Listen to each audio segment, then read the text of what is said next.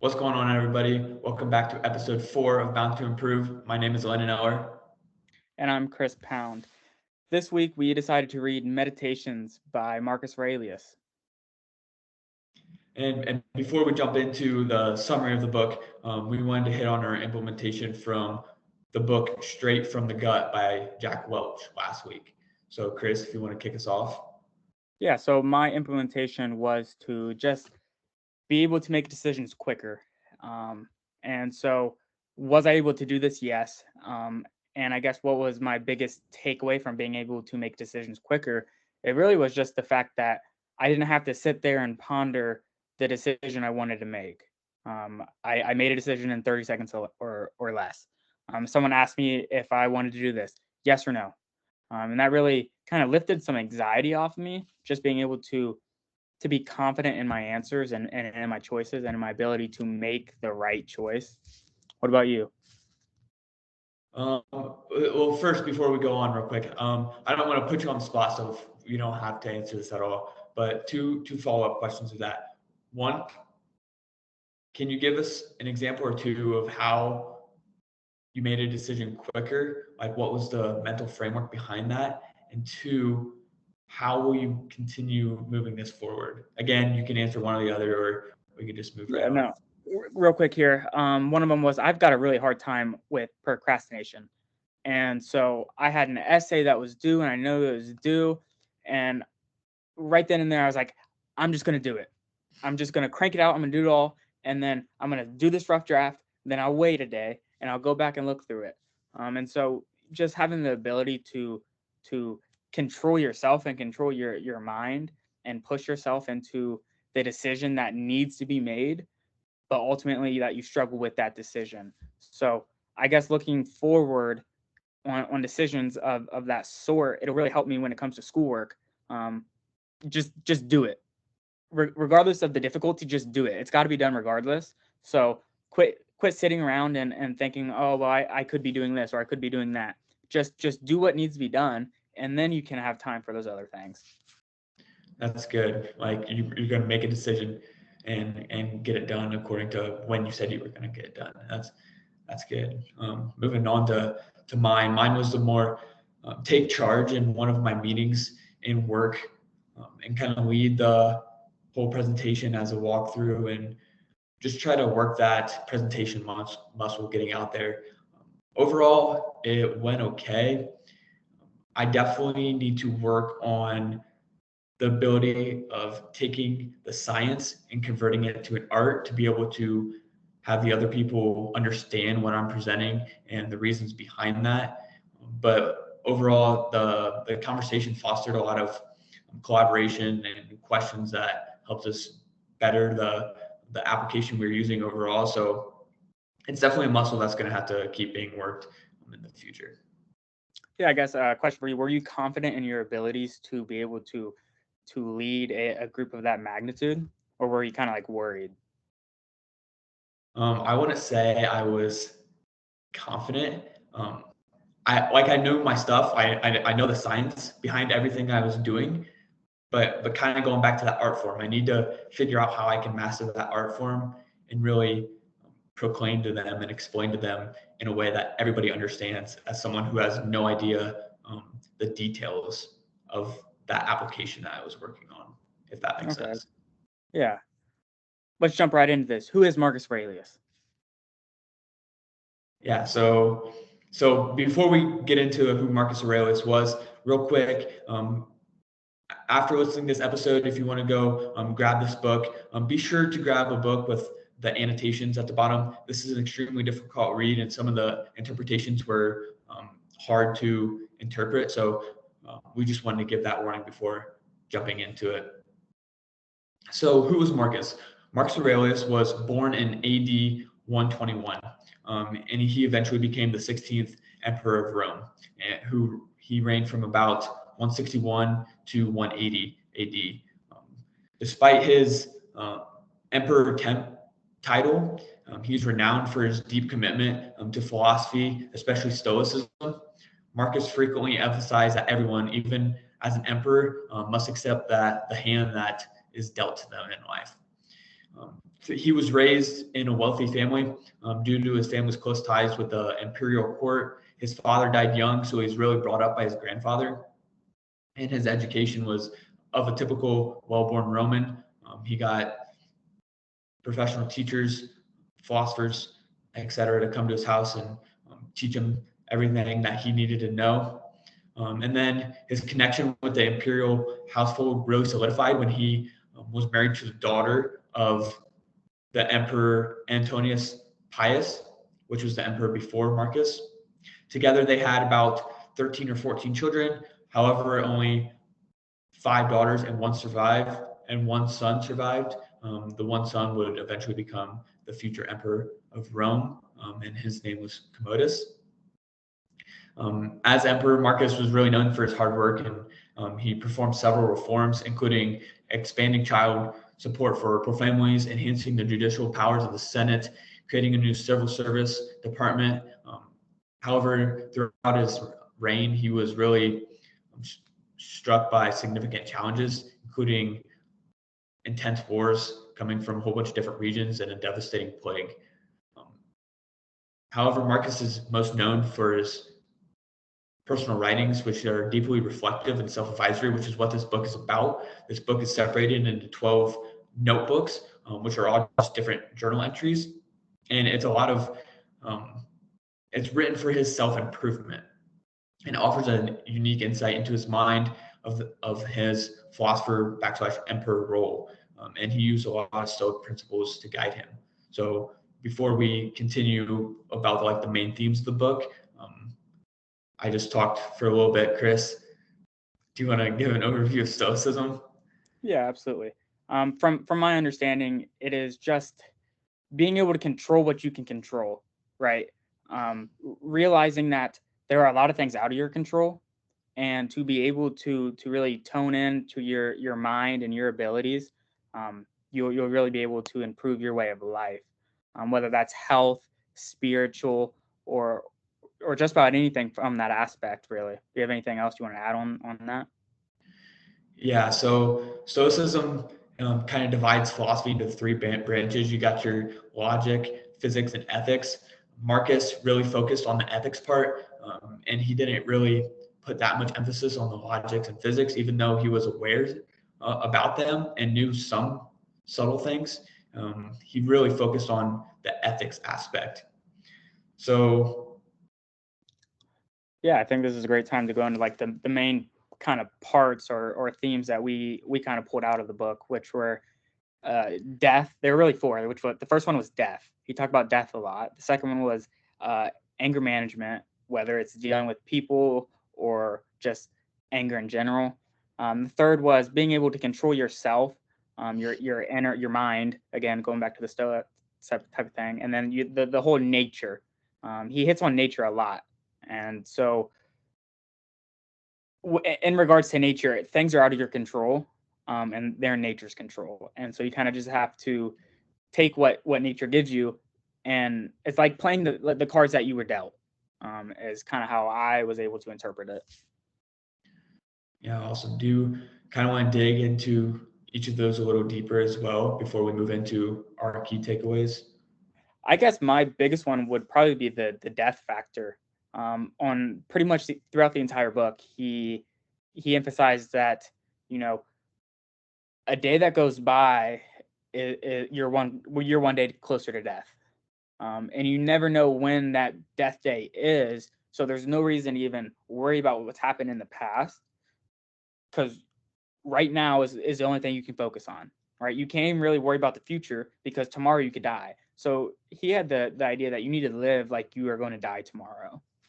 Yeah, and like death is coming no matter what. And he thought like you shouldn't fear death, and death isn't something to be feared in the sense that death is not frightening. Rather, it's what is frightening is the idea that death is frightening. So really, he was thinking about 2 ways that death is really good. So the first one was kind of according to the Stoics view, and he thought that when you die, your soul continues to live for a certain period of time. So even though you die here on this earth, you continue to live. So how is that really bad in a sense? The other one was more of an Epicureanism view, and that was another sub philosophy that Marcus took a lot of his thoughts from, was that when you die, all of your atoms are just compiled back into the atmosphere, and they will eventually become another entity or another being. So your death actually just creates the possibility for something else to be created out of those atoms. Yeah, that's a good way to put it, I guess. Yeah. And then the next, with kind of anger management and dealing with others, he repeatedly advises against letting anger control one's actions. He really emphasizes the points of trying to get into the other person's mind, and not letting their actions affect you, because the Stoicism view is that nature is inherently good.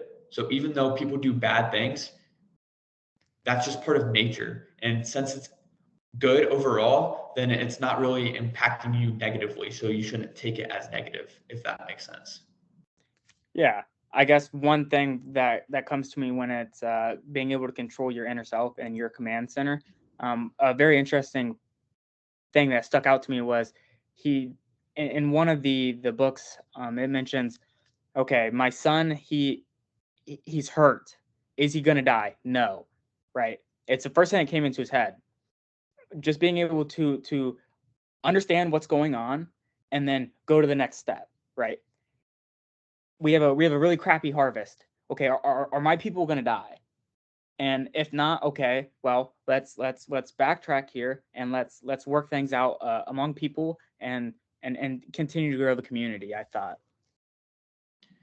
Yeah, and just to confirm, you were kind of talking about like that inner self and Yeah. command center aspect. Yeah, I agree with you there. Another thing that I would add on to that is everything that happens is part of a predetermined plan that was brought to you by a higher being. So even though you had a bad harvest, you shouldn't be disappointed about that, because it's all part of the predetermined plan. And as long as you live in accordance with nature, which means living by your virtues, doing good as a human being, then everything will be just fine. And another aspect of kind of controlling your inner self and command center is just having the mindset and developing your moral resilience to not let people's actions, words, or any external event penetrate your mind, without you saying how it makes you feel. Yeah. Is this you think it's a good time to go into the main takeaways? Yeah, let's do it. Okay, so the first one here I have is to try something new. In one of the books, he mentions that he's a righty, and he knew he wasn't very effective with his left hand, so he's really going to try to perfect his craft with his left hand. And I've actually heard that using your non-dominant hand for like simple tasks like brushing your teeth or like eating will actually increase your neural pathways, which is a crazy thing to think about, but it's just trying to do something new. Whether you're going to be good or bad at it, you're still taking the time and you're following the process of trial and error. So I really don't think trying anything new is a bad thing, right? You really have nothing to lose. Yeah, and I think like the brushing your teeth with the left hand, that's building. I think it's called neuroplasticity, Mm-hmm. building those new connections in your brain. So yeah, agree with you there. Yeah, then moving into the next one is popularity and fame should not be strived for the wrong reasons. According to the Stoic view, a person is put on earth to do good, and then the flip side of that is for people to do bad, and everything else is labeled as indifferent. Indifference have no purpose in any human's life. For example, Marcus labels popularity and fame as indifference. So no one should be able to, no one should want to seek that title or accolade that was given to them by people who don't have their own moral compasses in check. I think one of Marcus's quotes in the book was, "Why should anyone seek to be liked by fools?" And that just made me like be aware of be careful what you're chasing and who's giving you the title behind what you're chasing. Yeah, that's an interesting take. My next point here is to remain mentally strong and resilient. Throughout life, you're going to be put through some challenges. You're going to be put through some battles, and just being able to stay mentally strong and be able to come out the other end. He talks about life. Life is important, right? And I guess if we're being honest here, a lot of gentlemen, a lot of young gentlemen are falling into the whole suicide thing, and that's a scary thing to think about, and an even scary thing to even mention. But we're dealt with new problems each and every day, and that goes for anybody, women, men, even kids at this point, and it's getting scary. But having read this book, it really opens up a new perspective for me. Knowing how he dealt with these, when did he rule? 160 AD. Yeah. Yeah. So it's like the things that he had faced were completely different from the things that I'm facing, or that Landon's facing, or that the audience is facing. But just being able to remain mentally strong and resilient is really going to help you just kind of relax and remain confident in your abilities and kind of loosen up a little bit. Yeah. To build off of that, be like a bonfire. So I have a little analogy here. So take the bonfire as a whole, as you as a human being. The flame is your mindset or your brain or your soul, kind of all tied together. Then all the objects that are thrown onto that are like obstacles per se. So let's take a small fire. What happens when you throw a huge piece of plywood on that small fire? Most likely, it's going to get extinguished because that flame, that mindset is not strong enough to be able to bear that obstacle. But if you're able to work on your mindset and be able to build it up, become extremely resilient at anything you face, then your flame is going to become like a bonfire. And that pallet or that huge piece of material that's thrown on there will eventually be getting engulfed by the bonfire and make the flames grow even stronger. So no one can hurt you unless you choose to be hurt. And I think that's way easier said than done, but you just have to continuously flex that muscle and work on your mindset on a day-to-day basis. And the last little thing I have here is, doesn't emerald's beauty fade if it isn't praised? What does that mean? Let's go back to the episode we did on how to win friends and influence people. So we talked about giving praise to others and don't criticize. But I also mentioned you have to be able to do the flip side of that. You have to be able to take criticism and find those golden nuggets, and also be able to keep being yourself when you're not praised. So you have to be able to find that beauty inside of you, even if you're not praised. You're still an emerald, you're still shining, you're still beautiful. But it all goes back to that mental resilience. Yeah, absolutely. My next one here is, life is like a river. If you've ever been, I guess, by a river that's rushing downstream, and if you throw a piece of wood into it, what happens, Landon? What does the wood do?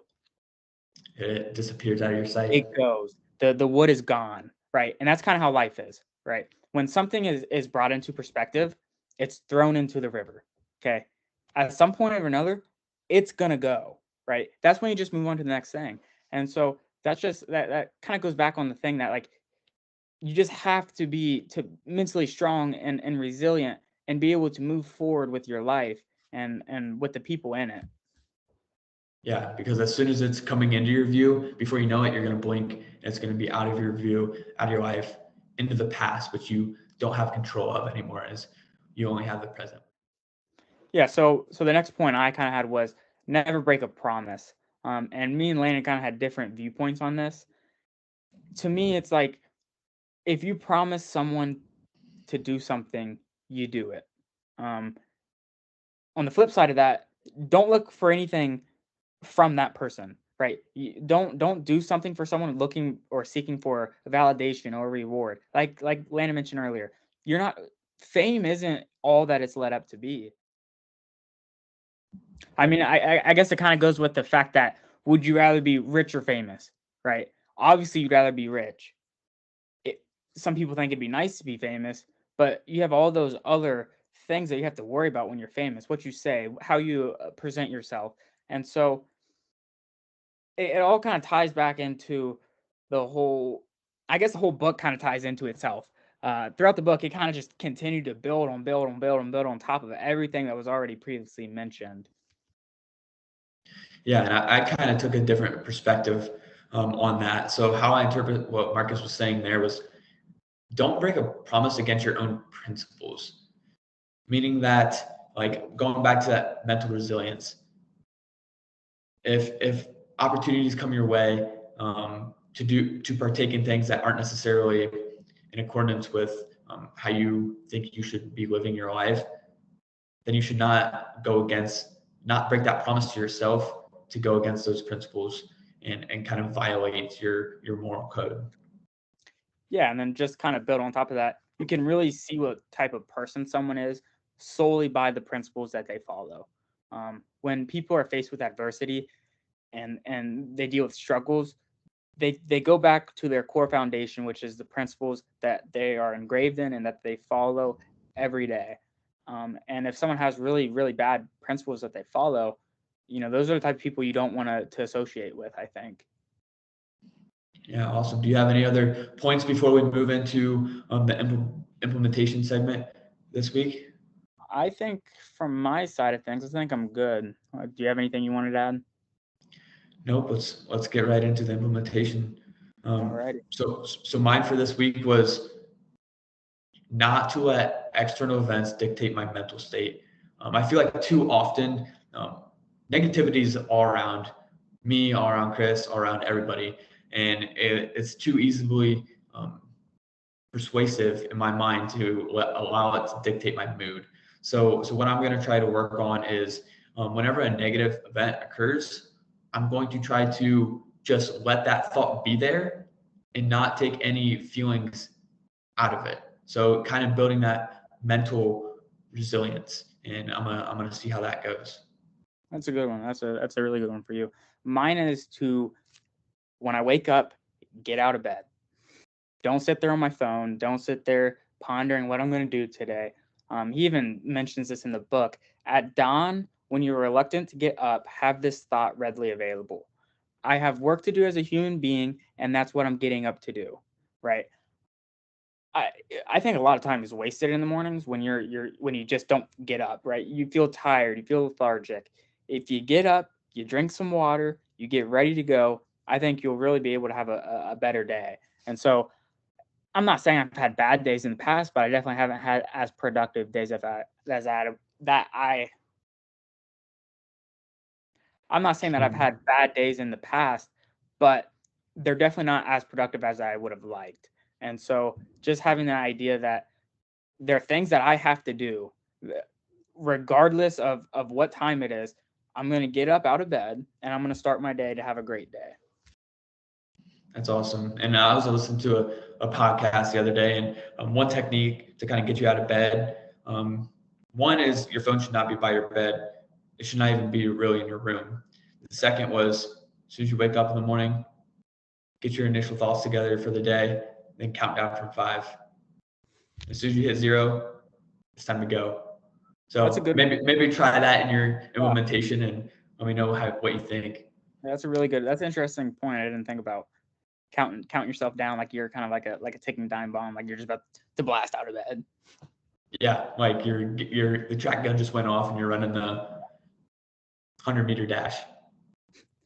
Olympics. You've been watching, huh? Heck yeah. Awesome. You want to hit any quotes? Yeah. So I do only have one this week. I know everyone's probably disappointed. But mine was, even if you were to live 3,000 years or 10 times as long, remember that the only life anyone loses is this one, the one he's living. And the only life anyone lives is the one he loses. That just kind of encapsulates the book, one of the meanings of the book, that all you have is the present moment. You shouldn't be worried about the past or the future because it's not tangible, and you can't physically change anything that's happened in those two areas. So live in the present moment, be as good as a human being as possible during your time on this earth. And I just felt like that hit home. Yeah, so I guess I'm gonna really try not to butcher my two quotes. I somehow managed to have the Old English version, which it's almost like reading the Bible from that standpoint. You really don't. The language isn't really used like that anymore, and so it took some extra time to be able to kind of break down what was being said and translate them into today's terms. So I'm gonna give it my best here. Offenses which are committed through desire are more blamable than those which are committed through anger.